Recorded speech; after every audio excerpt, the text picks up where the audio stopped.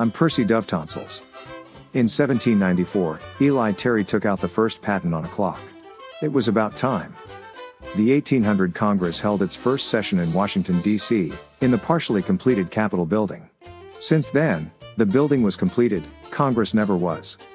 In 1869, the Suez Canal opened in Egypt, connecting the Mediterranean and the Red Sea. No more driving around. It got its name from everyone asking, Sue. Easy. Dis de Canal? On this date in 1940, the Green Bay Packers became the first NFL team to travel by plane. That was in the days before Lambeau Field. For that matter, back then, they could have taken off and landed on it. Well, most of the team. The quarterback took the train. Yes, he decided to pass. And why not? The owner had gotten free tickets for everyone. See, even back then, they relied on the pass. There needed to be more room for carry-on luggage once everyone took their cheese head off.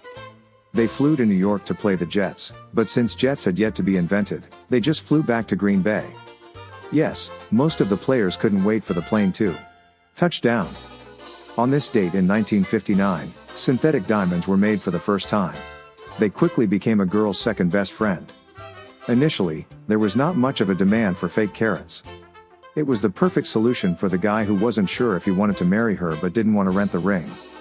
This led to the song Synthetic Diamonds Are a Girl's Best Imitation Friend. Of course, with them came the creation of artificial carats. They ended up being a girl's best fake friend.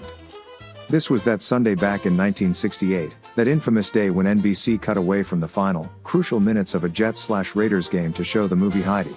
What was the outcome? Oh, I think Heidi ended up living with her grandpa. On this date in 1973, President Richard Nixon made his famous "I'm not a crook" speech, while crossing his fingers. On this date in 1980, Aretha Franklin played a command performance for the Queen of England in London. 2 queens, no waiting. Today is exactly 1 week away from Black Friday. It's also International Students Day, National Butter Day, World Prematurity Day, International Happy Goza Day, National Homemade Bread Day and National Take a Hike Day.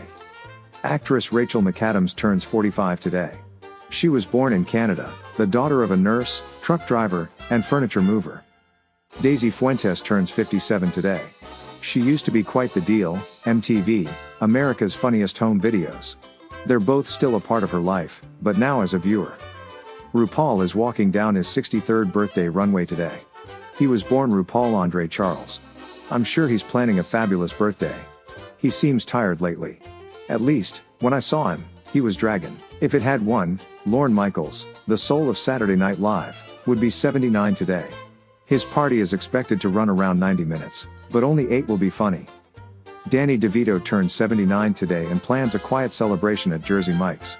It was one of the few parties you'd ever go to where the birthday boy was shorter than the candles. He'll spend a quiet night at home, sitting in a booster seat, blowing out the candles on his cake. Finally, Dolly Parton says there was a time in her younger years when she was drunk and with friends, and she accepted their challenge and went streaking through Tom Jones's yard in Los Angeles.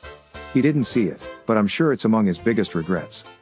With exciting facts to clutter your mind, I'm Percy Dove Tonsils, for KDAZ, Digital Broadcasting. And thanks for listening.